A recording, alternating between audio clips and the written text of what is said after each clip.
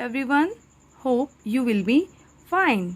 आज मैं उपस्थित हूँ आपके सामने हिंदी व्याकरण के टॉपिक 1 के साथ, जो है भाषा और बोली। आज इस वीडियो के माध्यम से मैं आपको क्लियर करने वाली हूँ भाषा क्या है, भाषा के प्रकार, साधन और बोली क्या है आदि के बारे में। तो चलिए शुरू करते हैं। टॉपिक 1, भाषा और बोली। सबसे पहले हम भाषा की परिभाषा के बारे में जान लेते हैं। अपने विचारों को बोलकर या लिखकर जिस साधन द्वारा दूसरों तक पहुंचाया जाए वह भाषा कहलाती है। इस तरह से हम भाषा की परिभाषा लिखेंगे। आइए अब इस परिभाषा को समझ लेते हैं। बच्चों, जिस साधन के द्वारा हम अपने विचारों को बोलकर या लिखकर दूसरों को समझाते हैं और दूसरों के मन के भाव या विचार खुद समझते हैं, उसे भाषा कहते हैं। अब है भाषा के रूप। भाषा के 2 रूप होते हैं, मौखिक भाषा, लिखित भाषा। मौखिक भाषा में हम अपने विचार दूसरों को बोलकर समझाते हैं। लिखित भाषा में हम अपने विचार दूसरों को लिखकर समझाते हैं। आइए भाषा के रूपों के बारे में अब हम विस्तार से जानें। पहला है मौखिक भाषा। मौखिक भाषा में हम अपने मन की बातों तथा विचारों को बोलकर प्रकट करते हैं तथा सुनकर ग्रहण करते हैं। इस तरह से मौखिक भाषा की परिभाषा आप लिखेंगे। आइए इस परिभाषा को समझ लेते हैं। बच्चों, मौखिक भाषा में 2 शब्दों का ज़्यादा महत्व होता है, बोलकर और सुनकर। बिकॉज़ मौखिक भाषा में हम बोलकर दूसरों को अपनी मन की बात समझाते हैं और सुनकर दूसरों के मन की बात खुद समझते हैं। मौखिक भाषा में हम अपने मन के विचार बोलकर दूसरों के सामने प्रकट करते हैं और सुनकर दूसरों के मन के भाव ग्रहण करते हैं। लिखित भाषा। लिखित भाषा में हम अपने मन की बातों तथा विचारों को लिखकर प्रकट करते हैं और पढ़कर ग्रहण करते हैं।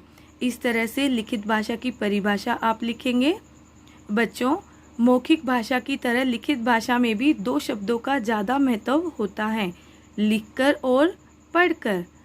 ओके, बिकॉज़ लिखित भाषा में हम लिखकर अपने मन की बात दूसरों को समझाते हैं और पढ़कर दूसरों के मन की बात खुद समझते हैं।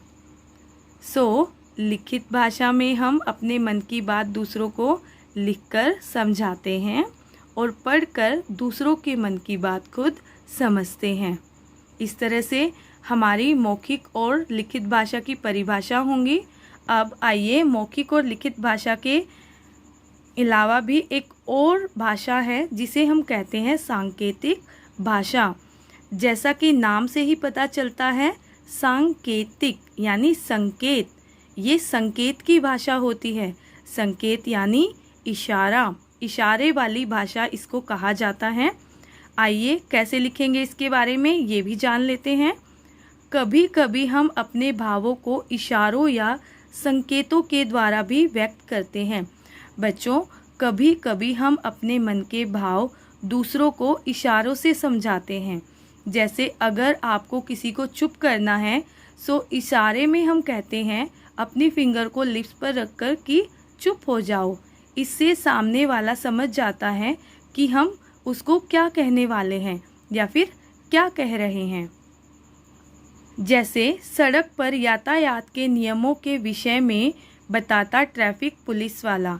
बेटा, कभी कभी आपने रोड पर भी देखा होगा, ट्रैफिक पुलिस वाला इशारों से सबको अपने मन की बात समझाता है।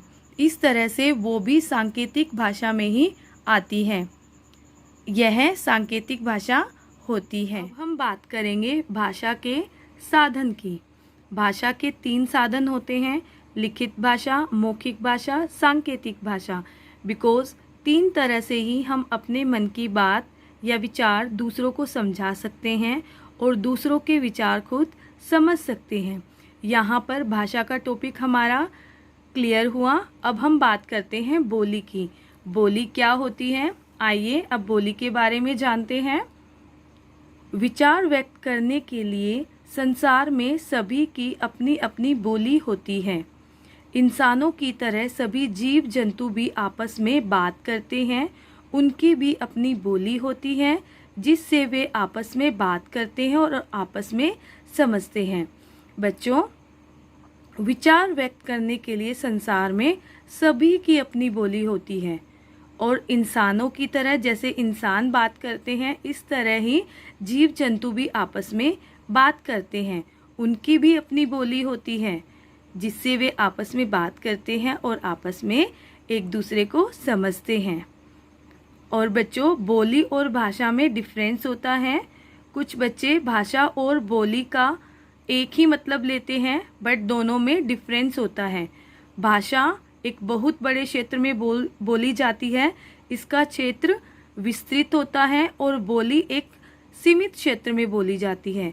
बोली का क्षेत्र बहुत ही छोटा होता है।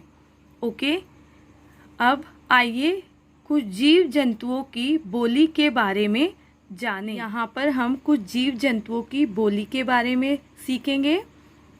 सबसे पहले है बकरी। बकरी की बोली क्या होती है, मैं मैं। कुत्ता, कुत्ते की बोली क्या होती है, भाव भाव। मेंढक, मेंढक कैसे करता है, टर टर टर। अब है चिड़िया, चिड़िया कैसे करती है, चीं चीं चीं। कौआ, काव काव काव काव। इस तरह से बेटा जीव जंतुओं की भी बोली होती है जिससे वे आपस में बात करते हैं और एक दूसरे को समझते हैं। इस तरह हर जीव की अपनी अपनी बोली होती है। होप आपको हिंदी व्याकरण का टॉपिक 1 क्लियर हो गया होगा। सो फ्रेंड, जाने से पहले प्लीज़ मेरी इस वीडियो को लाइक करना ना भूलें, और जिन्होंने मेरे इस चैनल को सब्सक्राइब नहीं किया है प्लीज़ सब्सक्राइब कर लीजिए ताकि मेरी आगे आने वाली वीडियो की नोटिफिकेशन आपको सबसे पहले मिले। आपका दिन शुभ हो।